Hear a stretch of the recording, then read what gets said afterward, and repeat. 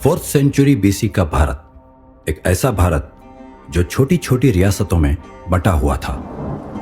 लड़ाई चल रही थी वर्चस्व की, अपनी सत्ता आगे बढ़ाने की, जीत हासिल करने की, अपने एम्पायर की सीमा बढ़ाने की। भारत उस समय गणतंत्र और जनपदों में बटा हुआ था।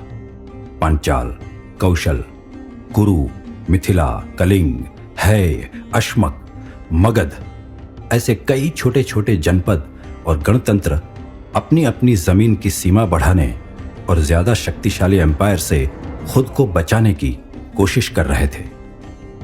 लेकिन उस समय जिस राज्य या कहें जनपद का नाम सबसे ऊंचा था वो था मगध। उस वक्त मगध में शिशुनाग वंश के खत्म होने की घड़ी करीब आ गई थी। शिशुनाग वंश का आखिरी शासक, जिसे हम कालाशोक के नाम से भी जानते हैं, वो अपने एक सेनापति महापद्मनंद के सहारे मगध की सीमा को बढ़ाने में लगा हुआ था। लड़ाई महापद्मनंद लड़ रहे थे और नाम राजा कालाशोक का हो रहा था। युद्ध के मैदान में सेना के साथ रणनीति बनाते हुए मुकाबला महापद्मनंद कर रहे थे और जीत की गद्दी पर कालाशोक बैठता जा रहा था। रणभूमि में खून मैं बहाऊं और नाम कालाशोक का हो रहा है। उसने तो युद्ध के मैदान में धूल का स्वाद तक नहीं चखा और आसमान में जीत का परचम उनके नाम पर लहरा रहा है। अब मेरे सब्र की सीमा खत्म हुई। मैं ऐसा नहीं होने दूंगा। भूलो मत महापद्मनंद, अभी तुम सिर्फ एक सेनापति हो। इस भारतवर्ष की राजनीति वर्ण व्यवस्था पर चलती है, कर्म व्यवस्था पर नहीं। कालाशोक क्षत्रिय है, तुम अपनी जात भूल नहीं सकते। हाँ, भले ही क्षत्रिय मुझ जैसे एक आम से नागरिक को सेनापति बनाकर मेरे सहारे युद्ध जीते, लेकिन सिंहासन पे अधिकार क्षत्रिय का होगा। याद रखिए कल्पक, इतिहास बदलते भी देर नहीं लगती, बस बदलने वाले में हिम्मत होनी चाहिए। कह तो तुम सच रहे हो, लेकिन तुम्हारी काबिलियत के दम पर तुम्हें सेनापति तो नियुक्त कर दिया गया, पर अगर तुम्हें वहां तक पहुंचना है जिसका ख्वाब मैं तुम्हारी जागती आंखों में भी देख सकता हूं, तो षड्यंत्र को अपनी मुट्ठी में बंद करके आगे बढ़ना होगा। वो कहा जाता है ना, षड्यंत्र का कोई चेहरा नहीं होता, षड्यंत्र का कोई रंग भी नहीं होता। वो कितना भी घिनौना और काला हो सकता है। इसके लिए चाहे कुछ भी करना पड़े, वो किया जा सकता है। और वैसे भी षड्यंत्र रचना तब आसान हो जाता है जब सामने वाले की कमजोरी आपकी मुट्ठी में कैद हो। और मुझे तो महाराज काला वर्ण की कमजोरी के बारे में अच्छी तरह से पता है। तुम्हारे हौसले बुलंद हैं, मुझे तुमसे उम्मीद है। और भारतवर्ष इस बात का गवाह भी है कि कई साम्राज्यों को सिर्फ रणभूमि में नहीं, बल्कि महल के बंद दरवाजे के अंदर अंधकार में भी षड्यंत्र के सहारे खत्म किया गया है। यह वही कल्पक था जिसे महापद्मनंद ने बाद में अपने राज्य का महामंत्री भी बनाया। महापद्मनंद एक और रणनीति में महारत हासिल कर रणभूमि में मगध के सीमा विस्तार में लगे हुए थे, तो दूसरी ओर मगध की राजधानी पाटलिपुत्र के राजमहल में शिशुनाग वंश को खत्म कर अपनी सत्ता जमाने के लिए रात के अंधेरे में षड्यंत्र भी रच रहे थे। इसी ने आगे चलकर शिशुनाग वंश का अंत किया। फिर सामने आई नंद वंश की छवि, जिसके राजा बने महापद्मनंद। कौन थे ये महापद्मनंद, और कल्पक ने इन्हें इनकी जाति क्यों याद दिलाई? जो रणनीति और राजनीति में माहिर था, उस सेनापति को षड्यंत्र की जरूरत क्यों पड़ी? और उसने ऐसा क्या किया जो मात्र एक सेनापति महापद्मनंद मगध जैसे साम्राज्य का शासक बन बैठा? क्यों कहा जाता है इसे एक एकराट और भारत का पहला चक्रवर्ती सम्राट? नंदवंश की शुरुआत आखिरकार हुई कैसे? फिर अगर महापद्मनंद के द्वारा शुरू किया गया नंदवंश इतना महान था, तो चंद्रगुप्त मौर्य ने इसे कैसे हरा दिया? क्यों कहा जाता है इन्हें दूसरा परशुराम? क्या थी इनकी जाति? क्षत्रिय ना होते हुए भी कैसे उन्होंने अपना साम्राज्य बनाया। महापद्मनंद विद्वानों का पुजारी, विद्वानों का सबसे अच्छा मित्र था, या षड्यंत्र में माहिर सबसे बड़ा खिलाड़ी। यह इतिहास का बहुत मजबूत नाम है। इनकी पूरी कहानी न सिर्फ दिलचस्प है बल्कि चौंकाने वाली भी है। इनकी पूरी कहानी से रूबरू होने के लिए हमारे साथ बने रहिए और सुनते रहिए महापद्मनंद, भारतवर्ष का दूसरा परशुराम।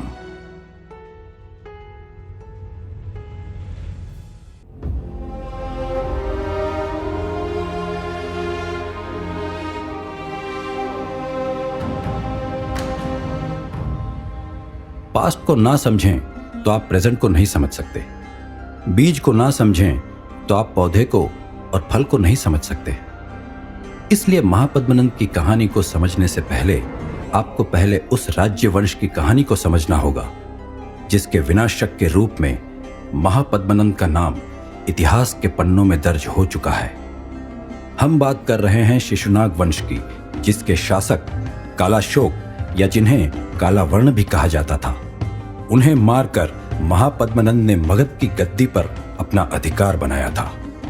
देखा जाए तो महापद्मनंद अपने आप में शक्तिशाली शासक थे, लेकिन शिशुनाग वंश भी कोई कमजोर नहीं था। और महापद्मनंद से पहले हमें शिशुनाग वंश इतिहास को समझना होगा। जैसे नंद वंश से पहले शिशुनाग वंश की झलक देखना जरूरी है, उसी तरह शिशुनाग वंश की शुरुआत को समझने के लिए हर्यनक वंश के अंत को समझना जरूरी है। हर्यनक वंश जिस समय भारत की जमीन पर खास तौर पर मगध में फल फूल रहा था, उस समय बौद्ध धर्म मगध के आसपास के क्षेत्रों में अपनी जगह बना चुका था। हर्यनक वंश का सबसे पहला राजा बिंबिसार था, तो उसका अंतिम राजा नागदशक था। इस राजवंश ने 544 बीसी से लेकर 413 बीसी तक राज किया था। शिशुनाग वंश अपने आप में बेहद मजबूत था। पाटलिपुत्र के लोगों की विचारधारा इस राजवंश के लिए अच्छी भी थी तो बुरी भी थी। इस वंश के हर राजा का अपना एक महत्व है। ये धर्म और राजनीति को एक साथ लेकर चल रहे हैं। इन्होंने मगध को बहुत कुछ दिया है। इन्होंने मगध की सीमा बढ़ाई है। दूसरे आसपास के जनपद और गणतंत्र मगध के सामने आज घुटने टेकते हैं, तो उसका कारण हर्यनक वंश है। लेकिन कमी भी है। यह परंपरा सही नहीं है। हर नया राजा अपने पिता को मारकर राजगद्दी पर बैठता है। अजातशत्रु ने अपने पिता और मगध के महाराज बिंबिसार को मारकर गद्दी हासिल की थी, तो आज के इस राजा नागदशक ने अपने पिता महाराज मुंडा को मारकर अपने राजा बनने का ख्वाब पूरा किया है। विद्रोह के स्वर मगध और खास तौर पर पाटलिपुत्र में सुनाई देने लगे थे। पाटलिपुत्र इस परंपरा को बर्दाश्त नहीं करेगा। जो राज परिवार अपने ही परिवार का नहीं है, वो जनता का कैसे हो सकता है? लेकिन हमारे पास कोई विकल्प भी तो नहीं है। अब हम राज परिवार के खिलाफ खड़े तो नहीं हो सकते। विकल्प है। राजा राज्य को चलाने में जितनी मदद करता है, उतनी ही मदद एक महामंत्री भी करता है। इसका विकल्प अमात्य है। अमात्य? अमात्य शिशुनाग? वो कैसे इस परंपरा को बदल सकते हैं?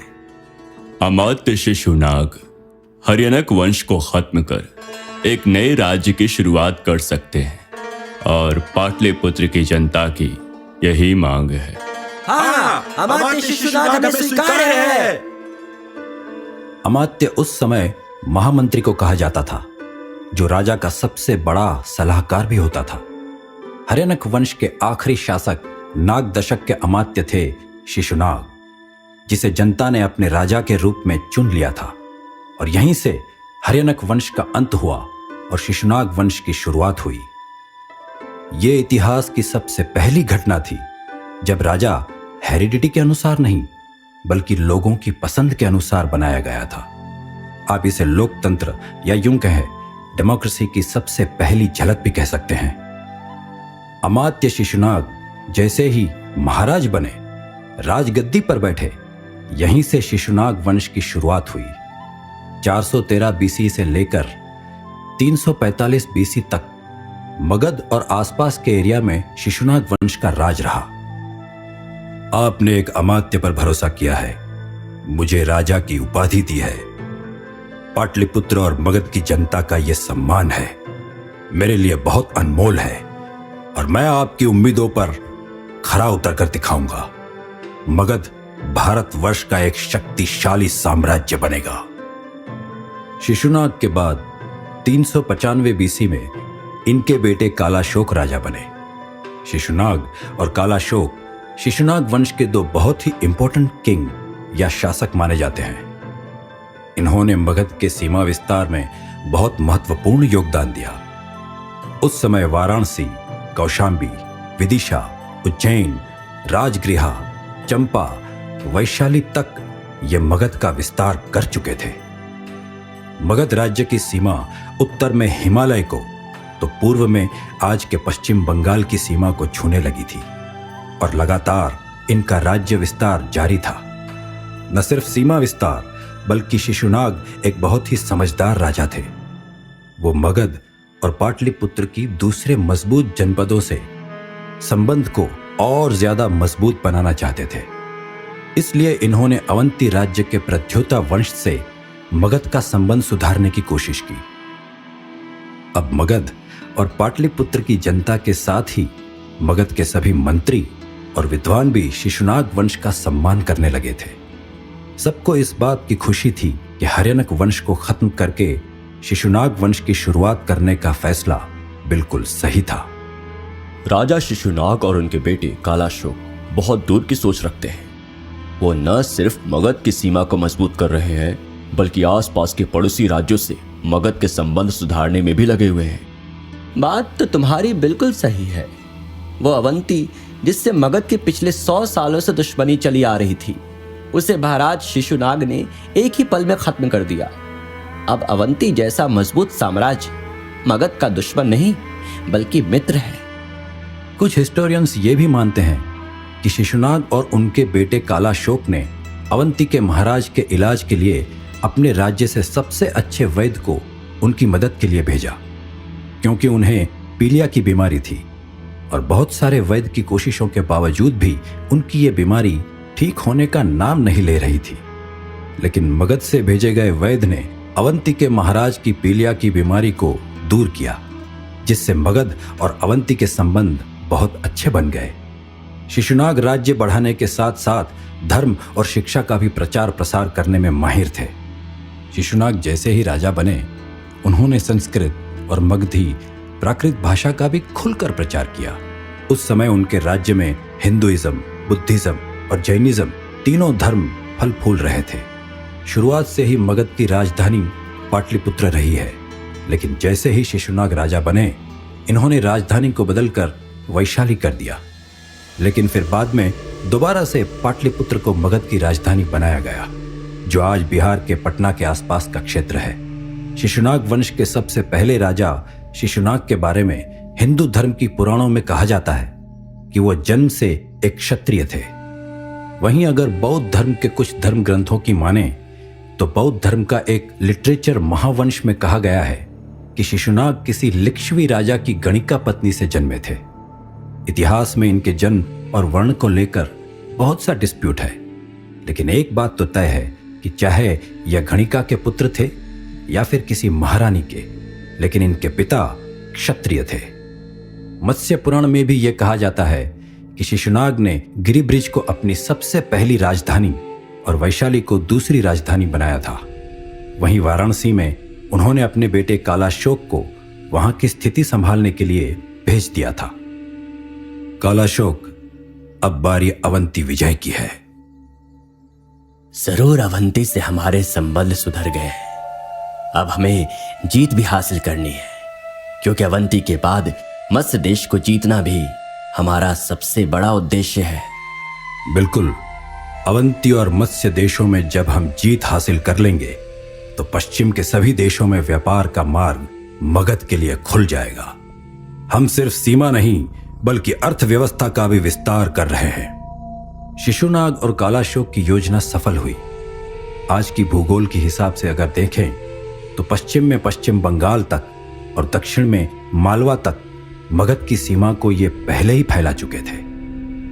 बाद में शिशुनाग की मौत हो जाने के बाद कालाशोक, जो शिशुनाग के बेटे थे, वो राजा बने और कालाशोक ने अपनी राजधानी गिरिब्रिज और वैशाली से हटाकर वापस पाटलिपुत्र कर दिया था। एक कहानी यहां पर और सामने आती है। बहुत से इतिहासकार इस कहानी को सच मानते हैं। कुछ इतिहासकारों का कहना है कि जब शिशुनाग और कालाशोक ने मिलकर अवंती को हरा दिया तो अवंती मगध में जा मिला, लेकिन अवंती के कुछ अमात्य और विद्वान इस बात का बदला कालाशोक से लेना चाहते थे। आनंदी अवंती की सबसे खूबसूरत गणिका है। इसके जरिए हम कालाशोक को कमजोर कर सकते हैं। अगर कालाशोक को आनंदी से प्रेम हो जाए तो वो वही करेगा जो आनंदी कहेगी। बिल्कुल, अवंती धीरे धीरे कालाशोक को कमजोर बना सकती है, जैसे कालाशोक और उसके पिता शिशुनाग ने हमारे अवंती के महाराज को हराकर अवंती को मगध के अधीन बना दिया। हम मगध के राजा कालाशोक को आनंदी के अधीन बना देंगे।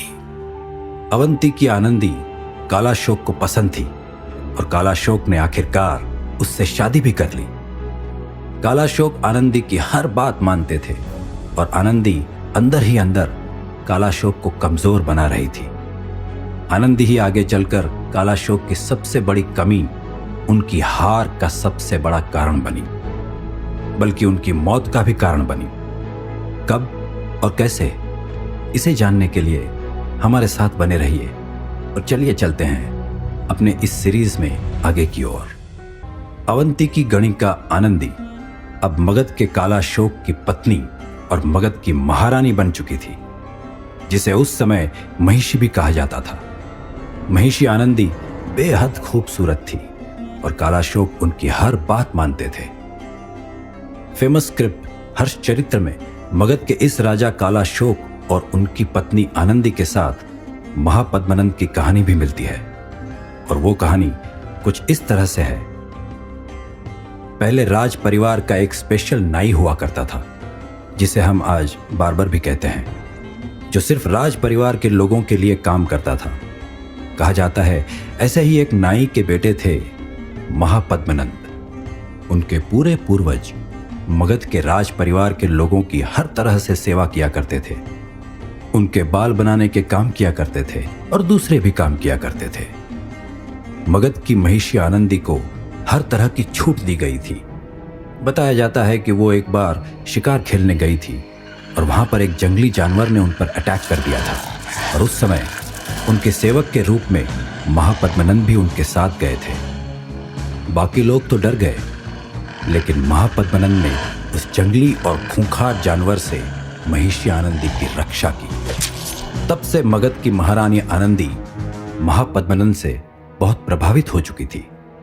महापद्मनंद भले ही एक नाई का बेटा था, भले ही वो राज परिवार के लिए बहुत छोटे मोटे काम किया करता था, लेकिन वो बहुत बहादुर था और बहुत मजबूत इरादों से भरपूर था। आनंदी को महापद्मनंद की ये खूबी आकर्षित करती थी। धीरे धीरे राजा कालाशोक को खबर ही नहीं लगी और महल के अंदर उनकी पीठ पीछे एक और प्यार पनपने लगा था। आनंदी और महापद्मनंद के बीच इल्लीगल रिलेशंस थे। मगध की जनता में एक शोर था। सभी दबी आवाज में राजमहल के बारे में बातें किया करते थे। महिषी आनंदी का चरित्र कुछ खास सही नहीं है। राजा कालाशोक को कुछ ज्ञात ही नहीं है कि उनकी महारानी उनकी पीठ पीछे क्या कर रही है। क्यों? क्या हुआ? क्या चल रहा है महल के अंदर? मुझे भी बताओ। महिषी आनंदी और महल के एक सेवक महापद्मनंद के बीच नाजायज संबंध है। राजा को इसकी खबर ही नहीं है। कौन है ये महापद्मनंद? एक नाई, एक शूद्र। मगध के आम लोग कानाफूसी कर जिस बात को आग की तरह फैला रहे थे, उस बात में सच्चाई थी। महिषी आनंदी ने अपने पति कालाशोक से कहा, शिकार में एक युवक ने मेरी जान बचाई। उसका नाम महापद्मानंद है। हिंसक जानवर से वो ऐसे लड़ रहा था जैसे कोई वीर योद्धा हो। उसमें क्षत्रियों के गुण है। वो लड़ने में बहुत माहिर है। हमें उसे अपने राज्य का सेनापति बनाना चाहिए, या उसे आप अपने राज्य में कोई और ऊंचा अधिकार दे।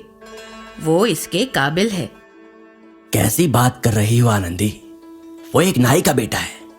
उसके पूर्वज कई सालों से मगध के शासकों की सेवा करते आए हैं और तुम उसे सेनापति बनाने की बात कर रही हो। नहीं, यह संभव नहीं है। आपके रहते हुए भी असंभव कैसे हो सकता है? उसने मेरी जान बचाई, उसे इतना इनाम मिलना चाहिए और वो इसके लायक भी है। मुझे पूरा यकीन है सेनापति बनने के बाद वो मगध की शक्ति को कई गुना बढ़ाएगा। सामर्थ्य अपनी जगह है, लेकिन हमें वर्ण व्यवस्था का ध्यान रखना होगा। राज्य के सेनापति बनने का अधिकार केवल क्षत्रिय को है। मैं कुछ नहीं जानती। आपको महापद्मानंद को एक उच्च पद देना ही होगा। उसने महिषी आनंदी की जान बचाई और वो मगध के सीमा विस्तार में आपकी मदद भी करेगा। मुझे इस बात का पूरा यकीन है। महिषी आनंदी की जिद के सामने कालाशोक हार गए और उन्होंने महापद्मनंद को एक मामूली सेवक से उठाकर सेनापति के पद में नियुक्त कर दिया। राजा कालाशोक भले ही इस बात से अनजान थे, पर लगभग सारी जनता ये जानती थी कि कालाशोक की पीठ पीछे आनंदी और महापद्मनंद के बीच कैसा रिश्ता है। लेकिन सब ये भी जानते थे कि आनंदी के खिलाफ कालाशोक एक शब्द भी नहीं सुन सकते। इसलिए किसी ने एक नाई और एक शूद्र का सेनापति बनने पर कोई विद्रोह नहीं किया। आनंदी, मैंने तुम्हारी बात तो मान ली, लेकिन अभी भी मुझे इस युवक पर भरोसा नहीं है। भरोसा रखिए, इसे आजमाने के लिए सीमा विस्तार का कार्य दीजिए। मुझे पता है कि हर युद्ध में विजय होकर वापस आएगा। महापद्मानंद, अब तुम एक सेनापति हो। मगध की विशाल सेना लेकर तुम एक विजय अभियान पर निकलोगे और तुम्हें अवंती की सीमा के आगे भी मगध की सीमा को बढ़ाना है। अवंती विजय तो मैं पहले ही हासिल कर चुका हूं। अब तुम्हें उससे आगे भी मगध का राज्य विस्तार करना है। मगध के महाराज कालाशोक के आदेश पर सेना की एक विशाल टुकड़ी के साथ महापद्मनंद सेनापति की भूमिका निभाते हुए अवंती के क्षेत्र से भी आगे युद्ध के लिए निकल पड़ा और बहुत जल्द ही वो उपलब्धियां हासिल करते गया। महापद्मनंद की लीडरशिप में लगातार मगध की सेना जीत हासिल करती जा रही थी और इससे महाराज कालाशोक अपने फैसले पर बहुत खुश थे। अमात्य, आपने देखा, मेरा फैसला गलत नहीं था। वो युवा महापद्मानंद वाकई शक्तिशाली है। उसकी रणनीति में दम है। उसने अवंती की सीमा के आगे भी कई छोटे छोटे गणतंत्र को जीतकर मगध की जीत का परचम लहरा दिया है। महापद्मनंद इसी तरह से मगध की सीमा का विस्तार करते चले गए और कालाशोक का भरोसा उस पर बढ़ता चला गया। एक और महिषी आनंदी महापद्मनंद से प्यार करती थी, उस पर जरूरत से ज्यादा भरोसा करती थी। वहीं महाराज कालाशोक भी अब महापद्मनंद पर भरोसा करने लगे थे। लेकिन महापद्मनंद इस भरोसे से संतुष्ट ना होकर और ज्यादा महत्वाकांक्षी होने लगे थे। उनके दिल में अब लालच की भावना ने जन्म ले लिया था। उनका ख्याल अब महिषी आनंदी तक नहीं, बल्कि मगध के महाराज कालाशोक की गद्दी की तरफ जाने लगा था। कालाशोक के राज्य में एक मंत्री था, कल्पक, जिसे अच्छी तरह से पता था कि मगध के साम्राज्य को कालाशोक जिस ऊंचाई तक पहुंचा सकता है, सेनापति महापद्मनंद उससे भी ज्यादा ऊंचाई तक पहुंचा सकता है। उसे सिर्फ सीमा विस्तार नहीं, बल्कि राजनीति और अर्थव्यवस्था का भी ज्ञान है। वो मगध का सर्वश्रेष्ठ शासक बन सकता है। कल्पक महापद्मनंद के साथ था। राजा को जानकारी ही नहीं थी और एक षड्यंत्र उसकी ही पीठ पीछे रचा जा रहा था। अब इतिहासकार इस बात की गवाही नहीं देते कि महिषी आनंदी भी राजा कालाशोक की हत्या की साजिश में शामिल थी या नहीं। क्या सोच रहे हो महापद्मनंद?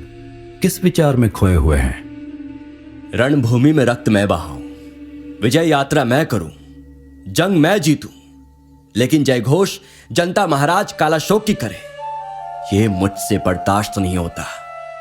ये तो सेनापति और सेना का कर्म है, कर भी क्या सकते हैं?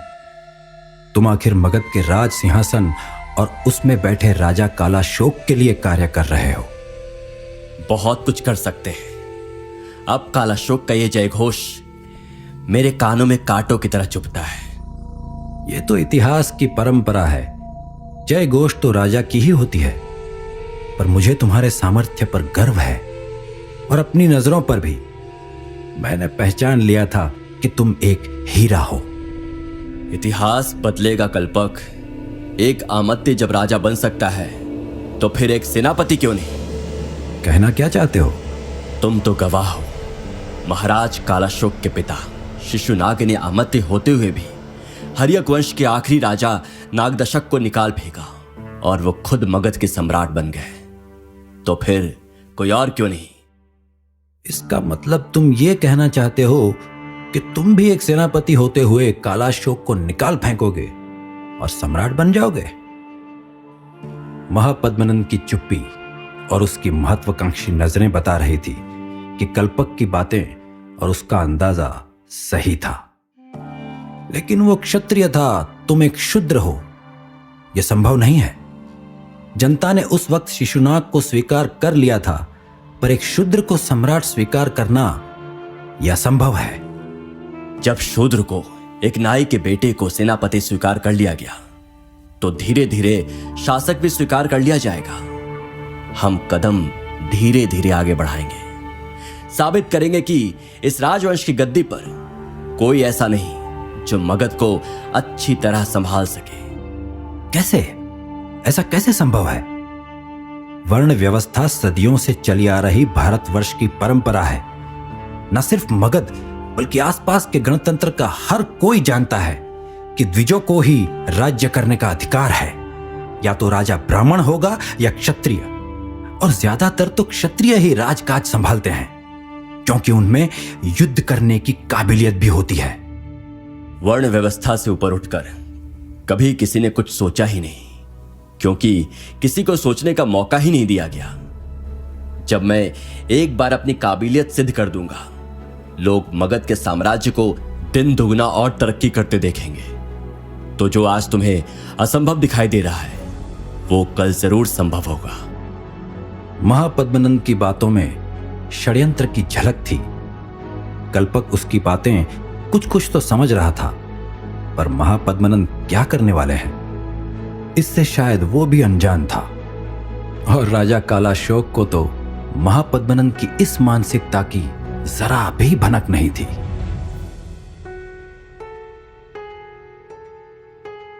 षड्यंत्र का बीज सिर्फ महापद्मनंद के दिमाग में था और शायद उनके अलावा हर कोई इससे अनजान था। वहीं दूसरी ओर महिषी आनंदी खुश थी महापद्मनंद की इस उपलब्धि पर। अवंती विजय ने महापद्मनंद को एक बड़ी उपलब्धि दिलाई थी। वो अवंती जनपद जो इस दौरान के 16 महाजनपदों में से एक था, मगध की तरह शक्तिशाली साम्राज्य भी था जो पिछले 100 सालों से मगध को टक्कर देने के लिए हमेशा तैयार खड़ा रहता था। उस अवंती को महापद्मनंद ने जीत लिया था। पूरा मगध अवंती की जीत का जश्न मना रहा था। कालाशोक की जय जयकार की जा रही थी। महापद्मनंद इस उत्सव और जयकार के बीच अपने षड्यंत्र को अंजाम देने का इंतजार कर रहे थे। फेमस एंशिएंट स्क्रिप्ट हर्षचरित्र में इसका जिक्र मिलता है। इस स्क्रिप्ट में बताया जाता है कि महल के ही अंधेरे कोने में या फिर राज्य के किसी दूर इलाके में जब सम्राट कालाशोक और महापद्मनंद एक साथ थे तो महापद्मनंद ने अपनी तलवार से कालाशोक की गर्दन काट दी और उन्हें मार गिराया। अब महल के ही किसी कोने में मगध के सम्राट कालाशोक को मारा गया है या फिर विजय यात्रा के दौरान महापद्मनंद ने भीड़ के मौके का फायदा उठा लिया, ये तो इतिहास की एक विवादित कहानी है।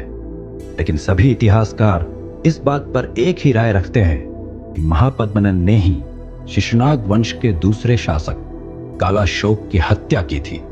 वो कहा जाता है ना, जो सुरक्षा कर रहा है अगर वही प्राणों पर हमला कर दे तो प्राण बचाना मुश्किल हो जाता है। ऐसा ही कुछ कालाशोक के साथ भी हुआ। कालाशोक की सुरक्षा में कुछ सिपाहियों के साथ साथ खुद मगध के सेना नायक महापद्मनंद तैनात थे और एक ऐसे ही मौके का फायदा उठाते हुए भीड़ के बीच में महापद्मनंद ने अपनी ही तलवार से कालाशोक की गर्दन काट दी। महापद्मनंद ने ही पहले शोर मचाया, सम्राट कालाशोक की हत्या हो गई, महाराज की हत्या हो गई।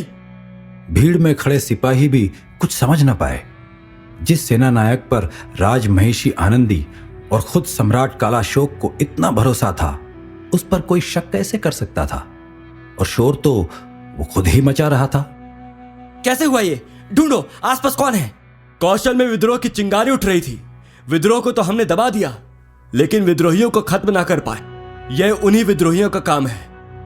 मुझे अच्छी तरह से पता है, उन्होंने हमारे सम्राट को लहूलुहान कर दिया। नहीं, कौशल के विद्रोहियों में इतनी हिम्मत नहीं, वो इतना बड़ा कदम नहीं उठा सकते। और सुरक्षा व्यवस्था के तहत कौशल से यहां किसी का इस वक्त आना संभव नहीं है। उचित कह रहे हो। हम अवंती की भूमि पर खड़े होकर अवंती की जीत का जश्न मना रहे हैं, विजय यात्रा निकाल रहे हैं। तो हो ना हो, अवंती के ही विद्रोहियों का यह काम है। अवंती के विद्रोहियों ने अवंती का बदला हमारे सम्राट से ले लिया। सम्राट की विजय घोष को उन्होंने शोक में बदल दिया। हम इन विद्रोहियों को छोड़ेंगे नहीं। महापद्मनंद ने जो कहा, सिपाही, सेना के अन्य सैनिक के साथ साथ पूरी जनता ने उस बात पर भरोसा कर लिया। और एक शोर देखते ही देखते मगध की सीमा के अंत तक पहुंच गया, और वो था कौशल या किसी दूसरे गणतंत्र के विद्रोहियों ने सीमा विस्तार की पहल का बदला ले लिया। महाराज कालाशोक हमारे बीच नहीं रहे। राजमहिषी आनंदी जी वैसे ही महापद्मनंद पर जरूरत से ज्यादा भरोसा करती थी।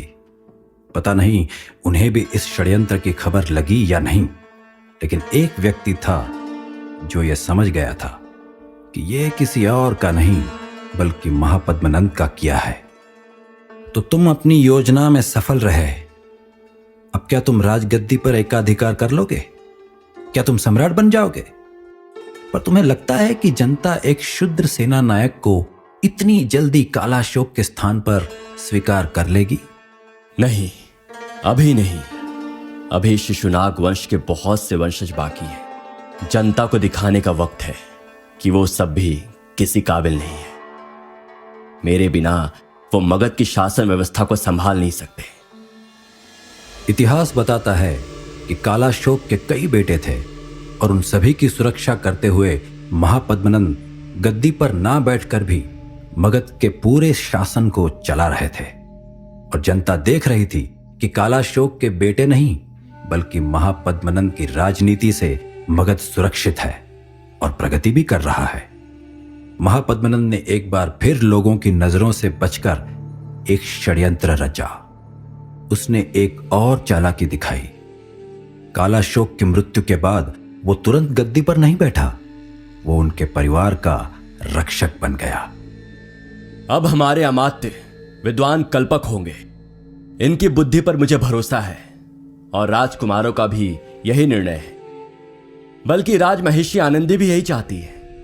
इसलिए कल्पक आज से हमारे महामंत्री हमारे अमात्य होंगे। हम इनकी सलाह के साथ मगध का राज्य विस्तार करेंगे, मगध को प्रगति की राह पर आगे ले जाएंगे। कल्पक को जैसे ही अमात्य बनाया गया, महापद्मनंद ने राजनीति में अपना कदम और ज्यादा मजबूत कर लिया। अब सेना, मंत्रिमंडल और गद्दी पर भी सीधे महापद्मनंद का कब्जा था। लेकिन अलग अलग रानियों से कालाशोक के 10 बेटे थे। इनमें से एक बेटा राजमहिषी आनंदी का भी था, यानी कि 10 दावेदार गद्दी के अभी भी बाकी थे। महापद्मनंद ने इन सभी को रास्ते से हटाने की योजना बनाई। एक एक करके अन्य रानियों के सभी बेटों को मार दिया गया। लेकिन राजमहिषी आनंदी को भरोसा था, और वो अपने सभी सौतेले बेटों को मरते देख रही थी। फिर भी एक वक्त ऐसा आया जब राजमहिषी आनंदी ने महापद्मनंद से विवाह कर लिया। अब कुछ ही पुत्र शेष थे, और ऊपर से राजमहिषी आनंदी से विवाह के बाद गद्दी पर हक महापद्मनंद का और ज्यादा बढ़ गया था। लेकिन आनंदी को यह भरोसा था कि महापद्मनंद उसके बेटे को कोई नुकसान नहीं पहुंचाएंगे। पर जल्द ही जैसे कालाशोक का भरोसा टूटा था, वैसे ही आनंदी का भरोसा भी टूटने वाला था। तुमने सबको मार गिराया, अब तो सिर्फ कालाशोक और आनंदी का बेटा बाकी है। तो क्या तुम उसे सम्राट बनाना चाहते हो? और तुम उसे नाम मात्र का सम्राट बनाकर खुद मगध का पूरा शासन संभालना चाहते हो? इतनी मेहनत, इतना वक्त क्या नाम मात्र का शासक बनने के लिए लगाया था मैंने? अमात्य, ये क्या कह दिया तुमने? मैं गद्दी का एक भी दावेदार नहीं छोड़ूंगा। शिशुनाग वंश का एक भी वंशज जीवित नहीं रहेगा, चाहे वो कोई भी क्यों ना हो। कल्पक आनंदी और महापद्मनंद के संबंध के बारे में जानता था। उसने एक बार फिर सवाल उठाया, लेकिन अब जो बचा है वो राज महिषी आनंदी का पुत्र है। तुमने उनसे विवाह किया है तो वो तुम्हारा भी सौतेला पुत्र है। अगर तुमने उसे मार दिया तो आनंदी भी तुम्हारे विद्रोह में जा सकती है। उसकी मुझे चिंता नहीं। विद्रोहियों को कुचलना मुझे अच्छी तरह से आता है। अब कल एक और मौत की बारी है। महापद्मनंद ने जो कहा था वो कर दिखाया। उनका षड्यंत्र कामयाब हुआ। उसने आनंदी के बेटे को भी मार दिया। आनंदी को महापद्मनंद से इस बात की उम्मीद नहीं थी। उसका दिल टूट गया। वो पश्चाताप की अग्नि में जलने लगी। उसे ऐसा लगा जैसे न सिर्फ अपने पति बल्कि अपने बेटे की मौत का कारण भी वो खुद है, क्योंकि उसने शुरुआत से अंत तक महापद्मनंद का साथ दिया था। लेकिन उसे नहीं पता था कि महापद्मनंद आखिरकार उसके बेटे को भी मार देगा और उसे धोखा देगा। ग्लानि और पश्चाताप के साथ इतिहासकार कहते हैं कि आनंदी ने राजमहल त्याग दिया और वो जंगल की ओर चली गई। उसके बाद आनंदी का कभी कोई पता नहीं चला। अब शिशुनाग वंश का एक भी वंशज, ना ही कोई महारानी, कोई भी बाकी नहीं था। और जनता महापद्मनंद के शासन से खुश भी थी। सभी जानते थे कि मगध जैसे महान साम्राज्य को संभालने की ताकत महापद्मनंद में है। सब उसकी ताकत से डरते भी थे। विद्रोह का स्वर नहीं उठा, क्योंकि विद्रोहियों को कुचलने का काम इतने समय से वही तो कर रहा था। और अब कल्पक अमात्य ने घोषणा की, महापद्मनंद ही अब मगध का दूसरा सम्राट होगा। शिशुनाग वंश के सभी दावेदारों को विद्रोहियों ने मार दिया। सम्राट शिशुनाग और कालाशोक के दुश्मनों ने उनकी जान ले ली। अब मगध जैसे बड़े साम्राज्य को संभालने की क्षमता सिर्फ महापद्मनंद में है, क्योंकि वो राजनीति, रणनीति, कूटनीति सभी में माहिर है।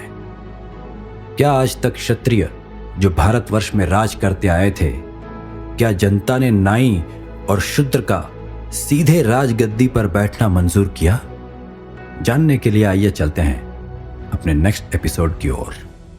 पिछले कई सालों से कालाशोक के चले जाने के बाद महापद्मनंद ही मगध का शासन देख रहे थे। सिर्फ नाम के लिए कई राजकुमारों को शासन का हकदार बताया जाता था, पर जनता को पता था कि मगध प्रगति कर रहा है, क्योंकि इसकी बागडोर महापद्मनंद के हाथों में है। इसलिए जब वो सीधे राजगद्दी पर बैठे तब भी ज्यादातर लोगों ने विरोध नहीं किया। लेकिन फिर भी वर्ण व्यवस्था पर भरोसा करने वाले कुछ लोगों के विरोध के स्वर उठने लगे थे। एक शूद्र को राजगद्दी का अधिकार नहीं हो सकता। सदियों से चली आ रही भारतवर्ष की परंपरा नहीं बदल सकती। वो एक नाई का पुत्र है, दासी का बेटा है। कैसे वो शूद्र होते हुए भी हम सब पर शासन कर सकता है? हम विद्रोह करेंगे, हम शांत नहीं रहेंगे। खास तौर पर मगध के कुछ ब्राह्मण और क्षत्रिय ही इस विद्रोह की आवाज को बुलंद करने की कोशिश कर रहे थे। लेकिन जल्द ही इस विद्रोह को दबा दिया गया। महामंत्री या अमात्य के रूप में कल्पक मगध के मंत्रिमंडल में बैठे हुए थे और मगध की पूरी जनता कल्पक को बहुत मानती थी। कल्पक की रणनीति और उनकी बुद्धिमानी से सभी परिचित थे। जब कल्पक ने जनता के सामने आकर महापद्मनंद का समर्थन किया तो जनता भी धीरे धीरे उनके पक्ष में हो गई और विद्रोह के उठते स्वर भी डरने लगे। महापद्मनंद के पास विशाल सेना आ चुकी थी। वो खुद में काफी ताकतवर था। उसकी बुद्धि से सभी परिचित थे। इसलिए विद्रोहियों ने भी विद्रोह करना बंद कर दिया। सवाल एक और था कि अगर महापद्मनंद नहीं तो फिर कौन इस राजगद्दी पर बैठेगा? और कोई ऐसा काबिल मगध में किसी को दिखाई नहीं दिया। अब इतिहास में पहली बार वो हुआ जो आज तक कभी नहीं हुआ था। एक शूद्र और एक नाई के बेटे ने न सिर्फ राजगद्दी पर बैठने का अधिकार हासिल किया, बल्कि उसने एक नए वंश की शुरुआत भी की और इस वंश को नंद वंश के नाम से जाना जाने लगा। 344 बीसी में नंद वंश की शुरुआत हुई, जो आगे 22 साल तक यूं ही चलता रहा। लेकिन जब तक महापद्मनंद राजा बनकर गद्दी पर बैठे, वो काफी बुजुर्ग हो गए थे और उनका बेटा धनानंद अब युवा हो चुका था। गद्दी में बैठने के बाद भी साम्राज्य विस्तार रुका नहीं। महापद्मनंद मगध की सीमा को और आगे बढ़ाने में लगे हुए थे और आखिरकार उन्होंने राज्य की सीमा को और अधिक बढ़ाया और कई गणतंत्र को मगध की सीमा के अंदर शामिल भी किया। एक बार फिर एक और विजय घोष का समय आ गया है। सम्राट महापद्मनंद ने मगध की सीमा का विस्तार किया है।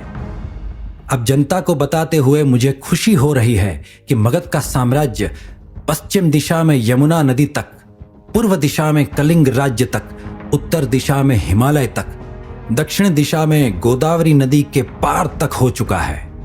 हम अपनी गति अभी रोकेंगे नहीं, लगातार ये कार्य जारी रहेगा, पर अभी समय अर्थव्यवस्था को बढ़ाने का है। महाकौशल, काशी, हयः, पंचवाग, माहिष्मति, कलिंग, शूरसेन, अस्मक, दक्षिण गोदावरी, मैथिली, शंडिका क्षेत्र, कुरु, वितिहोत और मत्स्य महाजनपद, ये सभी नंद वंश के अधीन आ चुके हैं। इस सभी जनपद और गणतंत्र पर मगध का परचम लहरा रहा है। आपको जानकर हैरानी होगी कि आज के महाराष्ट्र का नांदेड़ और दक्षिण में मैसूर तक नंद वंश का राज्य फैल चुका था। महापद्मनंद की नजर में सिर्फ भूमि विस्तार का ही महत्व नहीं था, बल्कि ये विद्वानों को अपने मंत्रिमंडल में शामिल करना और उसके महत्व को भी अच्छी तरह से जानते थे। बहुत बड़े बड़े विद्वानों को उन्होंने अपने राज्य के मंत्रिमंडल में जगह दी थी। कई बड़े से बड़े विद्वान महापद्मनंद के मित्र कहलाते थे। वररुचि, पारिणी जैसे उस वक्त के महान विद्वान महापद्मनंद के मित्र थे और मगध के मंत्रिमंडल में शामिल भी थे। सभी विद्वानों के लिए मगध के द्वार खोल दिए गए थे। बहुत सी साहित्य की परीक्षाएं आयोजित की जाती थी और महान विद्वानों को पुरस्कार भी दिया जाता था, उन्हें सम्मानित किया जाता था। इसी साहित्य परीक्षा के दौरान महापद्मनंद की मुलाकात बहुत से बड़े बड़े विद्वानों से हुई। पारिणी से उनकी मित्रता भी इसी समय हुई थी। ये वही पारिणी थे जिन्होंने अष्टाध्यायी जैसे महान हिंदी व्याकरण ग्रंथ की रचना की थी, जो व्याकरण का बेहद प्रसिद्ध ग्रंथ माना जाता है। जितना ज्यादा महापद्मनंद तलवार चलाने में माहिर थे, साहित्य विद्वानों में भी उनकी उतनी ही रुचि थी। पारिणी के साथ साथ साहित्य की इस परीक्षा में मगध में वर्ष उपवर्ष पिंगल और व्याणी जैसे बड़े बड़े विद्वान और साहित्यकारों ने हिस्सा लिया। साहित्य विद्वानों से यह मित्रता और रुचि देखकर कई बार लोग महापद्मनंद का मजाक भी उड़ाया करते थे। जनता के बीच कुछ इस तरह के स्वर उनके लिए सुनाई भी देते थे। इसीलिए कहते हैं क्षत्रिय को राजा होना चाहिए। देखो देखो, एक शूद्र को राजा बना दिया, तो कैसे साहित्य और संगीतकारों का सम्मान करने में लगे हुए हैं महापद्मनंद। अब ये ऐसा है तो इनका युवा बेटा धनानंद भी कहीं ऐसा ही हुआ तो अब मगध इसके बाद अपना राज्य विस्तार नहीं कर पाएगा। कुछ इस तरह की आवाजें साहित्य सम्मेलन के दौरान मगध में सुनाई दे रही थी। लेकिन महापद्मनंद जानते थे कि वो जो कर रहे हैं उसका क्या महत्व है।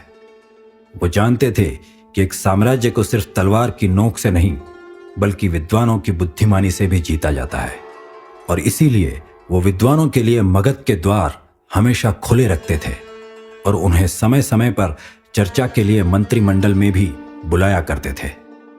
महापद्मनंद को उस दौरान जनपदों के केंद्रीकरण यानी कि सेंट्रलाइजेशन के लिए भी जाना जाता है। वो अपने अधीन रखकर अलग अलग गणतंत्र और जनपदों को स्वतंत्र नहीं छोड़ते थे, बल्कि गणतंत्र और जनपद पूरी तरह से मगध के अधीन रहते और कोई भी फैसला लेने से पहले उन्हें महापद्मनंद से अनुमति लेनी होती थी।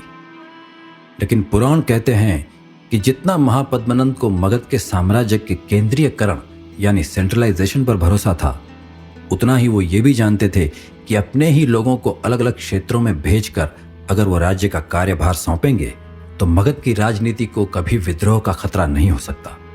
इसलिए उन्होंने किसी और पर नहीं बल्कि अपने ही बेटों पर भरोसा किया। महापद्मानंद के 8 बेटे थे, जिनका नाम था पंडुक, उत्पाल, पद्दुगति, राष्ट्रपाल, धनानंद, 10 सिद्धक, गोविशांग, केवर्त। उन पर उन्होंने सबसे ज्यादा भरोसा किया।